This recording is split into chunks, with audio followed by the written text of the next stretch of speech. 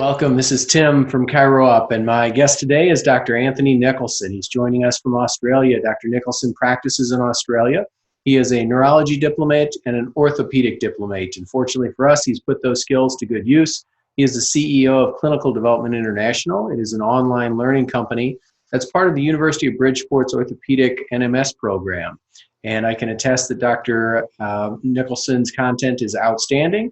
One of the things that Dr. Nicholson's an expert in is the global burden of chronic pain and pain neuroscience. So we're here today to talk about that. Dr. Nicholson, welcome.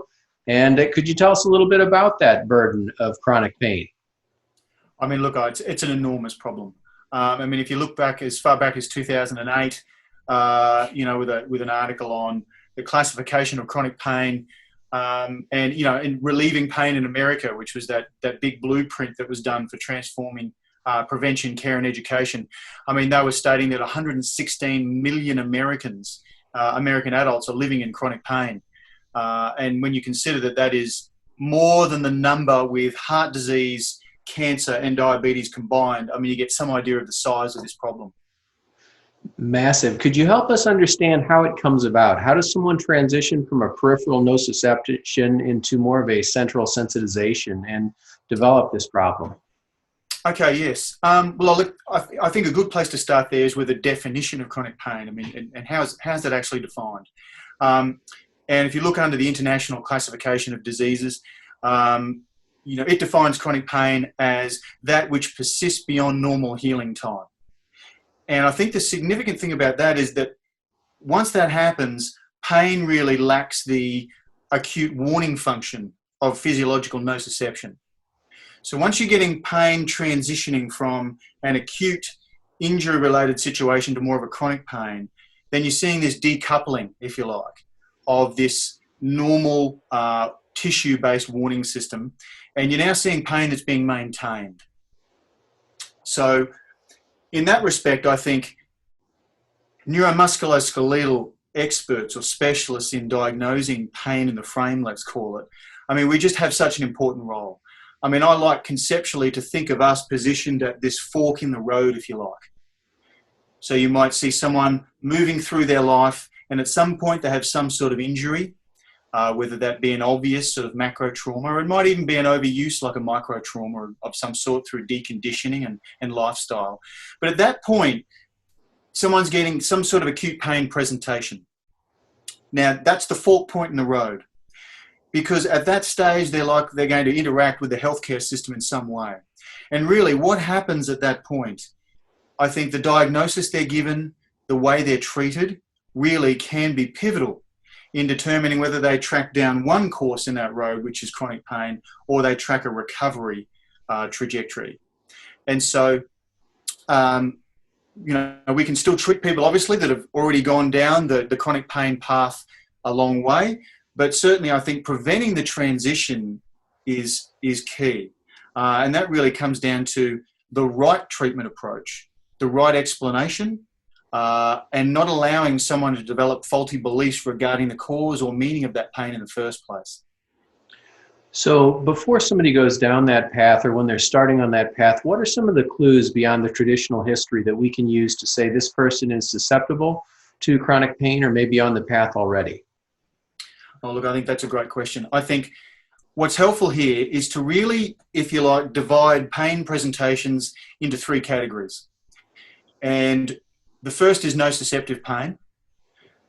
The second, or nociceptive dominant pain, which is, you could consider really pain in the framework tissues, some sort of tissue source of nociception, which is the dominant mechanism.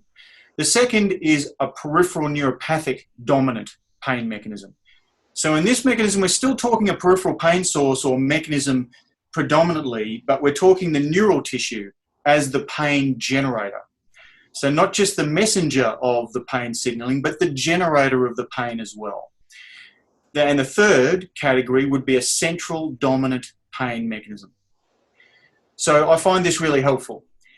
So when a patient comes in, we're seeking to first, I guess, position this patient on that continuum. Is this a nociceptive dominant pain mechanism? Now, the way we might recognize that is that this is the more traditional tissue-based pain presentation. So you've got, firstly, proportionate pain. The symptoms they're describing seem that they're proportionate or in keeping with a tissue-based pain source. With this, we're seeing fairly classic aggravating and easing factors, like we were taught originally.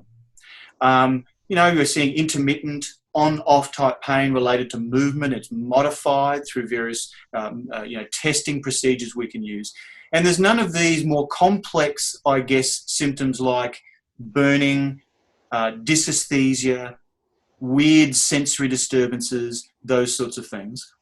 And I guess lastly there, I would say that the pain chart is going to provide some very good hints here. Generally someone that has localized pain so that they can identify quite a specific area on the pain chart, that's going to be more associated with a nociceptive dominant pain mechanism. Whereas people we know with chronic pain have a bit more of a disorganized brain and now lose an ability to localize pain accurately in their body. So now if we then move on to peripheral neuropathic dominant, this is going to be more your classic dermatomal pain distribution, your ability to aggravate symptoms with neurodynamic procedures, so to challenge their peripheral neurology and generate the pain. You're more likely to see segmental neurological disturbances. So that's fairly, I guess, typical in its presentation, fairly classic. Then when we move into this category of central dominant pain, this is where we're seeing now pain that's persisted for a long time. It's persisted beyond healing time. We're seeing a disproportionate pain, a spreading distribution. It's very, very difficult to reconcile the symptoms with any specific peripheral lesion. And I guess most importantly at this point, we're seeing yellow flags. We're seeing an important role with some unhelpful meaning perspectives, perhaps some faulty beliefs about why they are in pain in the first place. And this is where the skilled clinician now really needs to start taking on board some of these concepts of modern pain science, where we need to be moving past the traditional history and examination procedures, such as where the pain is, the characteristics of it, and we need to start questioning the patient to uncover faulty beliefs and meaning perspectives that might be driving that. So by that I mean, for example, questions like, what do you think is causing your pain? What have you been told in the past is the main reason for your pain? What are the diagnoses you've been given?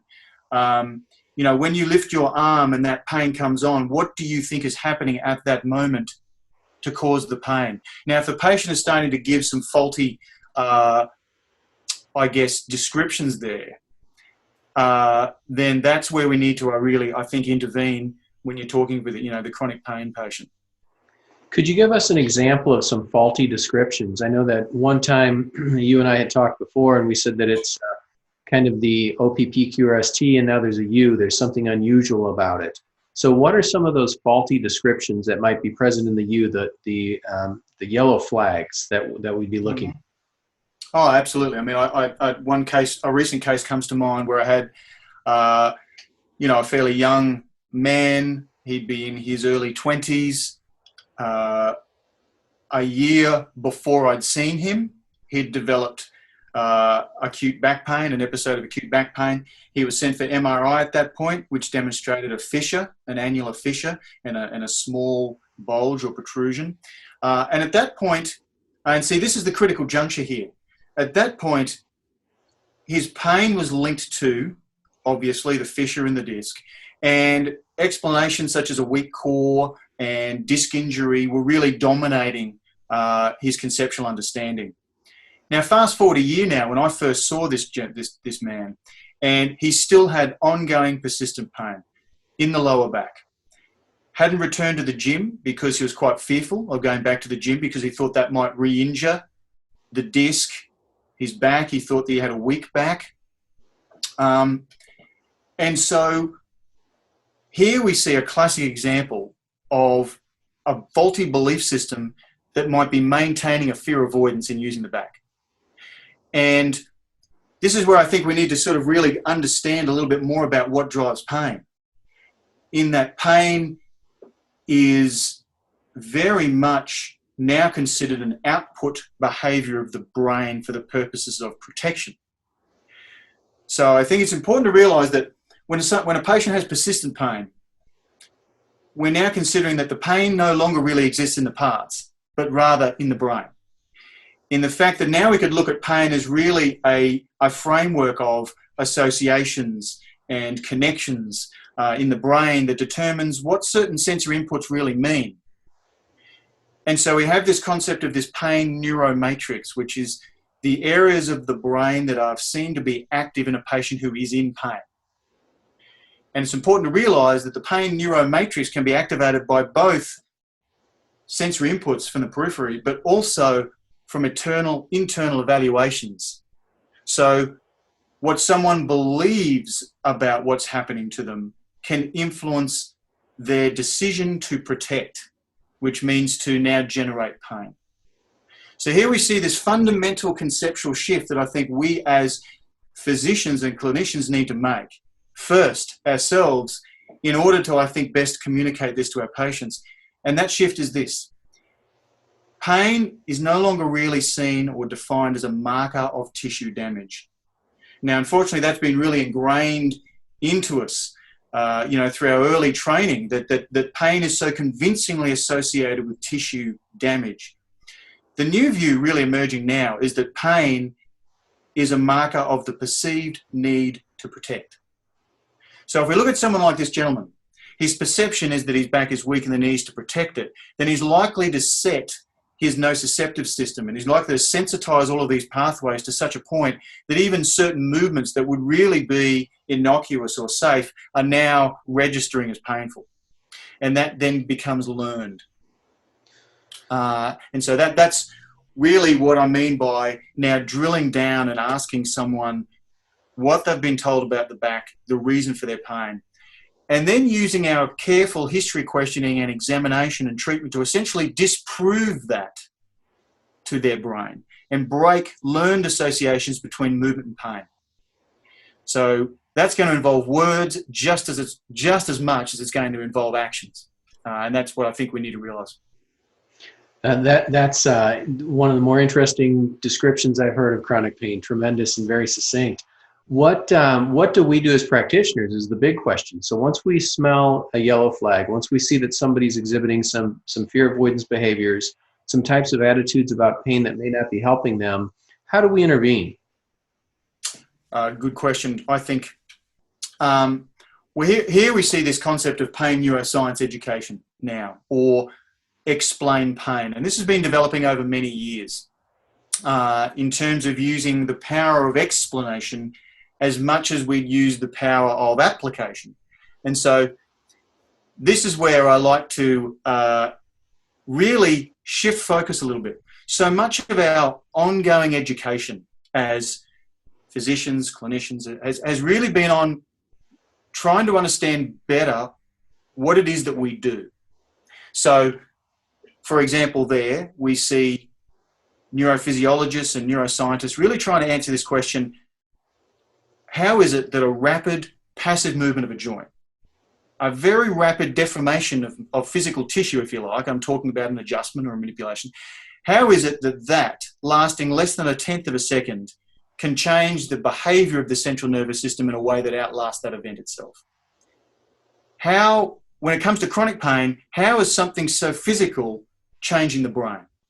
And I think we're getting some better ideas about that. We're starting to see that really what we do is very much a sensory-based modality in many respects, in that we're amplifying body movements that have been neglected or forgotten, or there's shrunken understanding of those body movements in the brain now. We're amplifying those back to the brain and enhancing the brain's mapping or responsiveness of those body movements, and they're less likely to be painful. So I think we're starting to understand more about that. But when we talk of an educational intervention, now we're seeing that words can be just as potent as an application. So we're seeing that we need to use this conceptual change strategy as well as a movement change strategy for our patients. So we're realizing that what words do when we change someone's conceptual understanding of pain, it changes the way they modulate or process their own sensory inputs and the way they set sensitivity on their nociceptive system and their peripheral pain pathways, the way they move. So with someone like this gentleman, I guess the first thing we wanted to do was to interrogate those beliefs. And with that, I used another set, a range of different MRI images, for example. So I took his MRI images and I put up some other MRI images with more severe disc problems. And I said, do you want to know the interesting thing about these patients here? And what do you think about this? Do you think this would be really painful? And he said, oh, yeah, well, look, it's worse than mine. I said, well, this patient is pain-free. This patient has no pain. Neither is this one. Neither is this one. And then I put up a normal one. I said, here's another patient here. This person has terrible pain. Now, the example I'm using here is that for a long time we've realized that pain does not correlate with tissue damage. So we see tissue damage in patients without pain, yet we see pain in patients without tissue damage.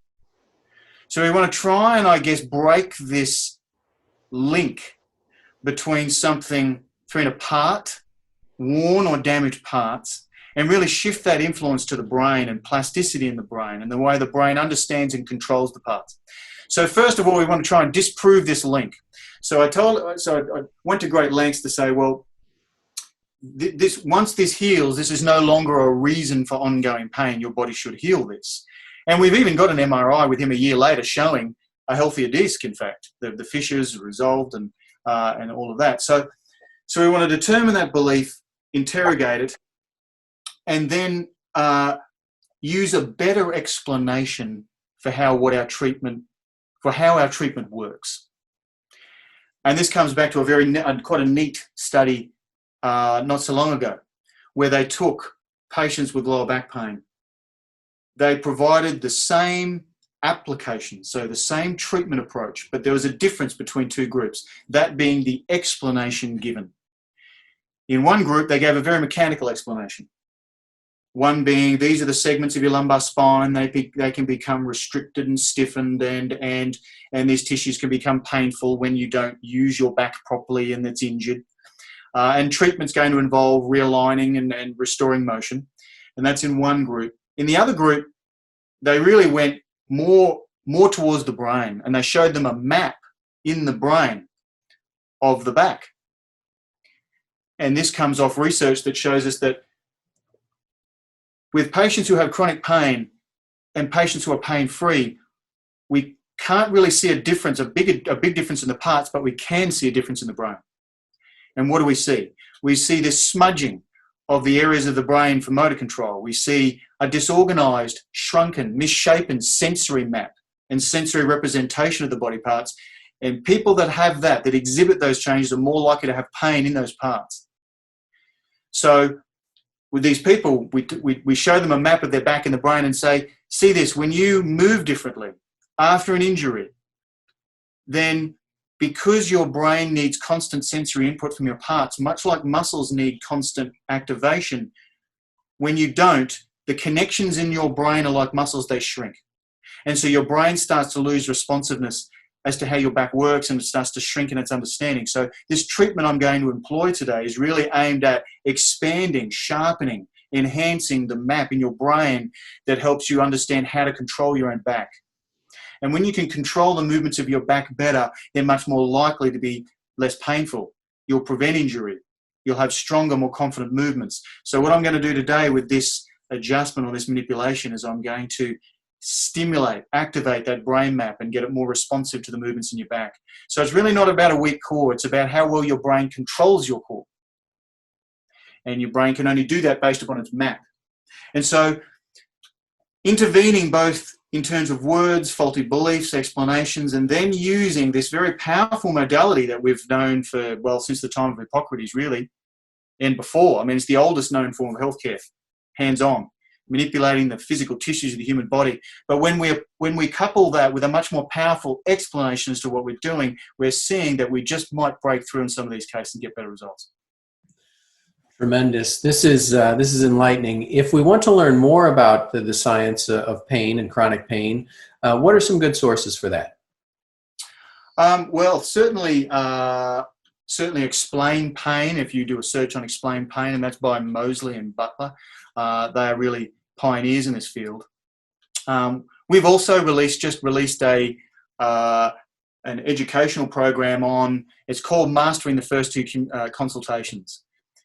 And the idea here is that the impact that we have at the first consultation especially, but especially coupling the first consultation with the follow-up so that we can, I guess, test the waters, if you like, to see how well we've made a conceptual shift in our patient's mind.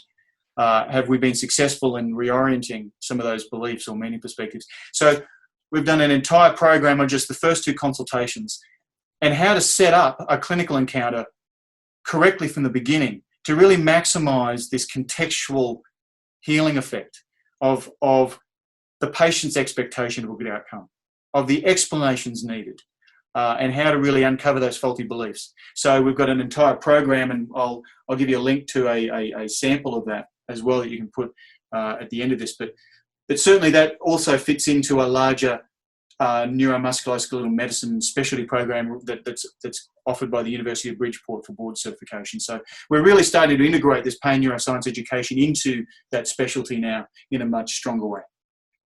It's interesting that the program that you and I both are part of has evolved from being solely mechanical and orthopedic into us recognizing that there's so much more to pain than the mechanics of pain, that a lot of the structural problems that we see in patients, whether it be a meniscus or a rotator cuff tear, a disc lesion or degeneration, really have no correlation to the pain. It's usually the functional precursors that started that off, some functional deficit, or the learned pattern of pain. And I think that as time goes on, we'll spend more and more time focusing on this biopsychosocial aspect. So I would encourage our listeners to follow up with your offer, to take a look at the trial class. The other thing that I would encourage you to do from personal experience is to follow up with some of the CDI training. That this is CDI, and your training supplies 250 of the hours required for the NMS diplomate now through University of Bridgeport. And in my classes, I'll often open up the floor and ask, has anyone taken a class? And the first person that raised their hand, I'll always ask them, what's your experience? Because I'm confident what it's going to be. It's 100%, not just good, not just great, it's outstanding, some of the best training that they've seen. So kudos on creating that. I encourage everybody to take a look. As I tell all of our classes, you are a provider and an educator who makes us proud to be a DC, and we're grateful for your time today, sharing your expertise, and we'll hope to connect again in the future. Well, thank you very much, Tim. That's very humbling, especially coming from someone of your stature in the profession. So I greatly appreciate it. It was an absolute pleasure. Thank you. We'll talk again next time. Stay safe. You too. Thank you.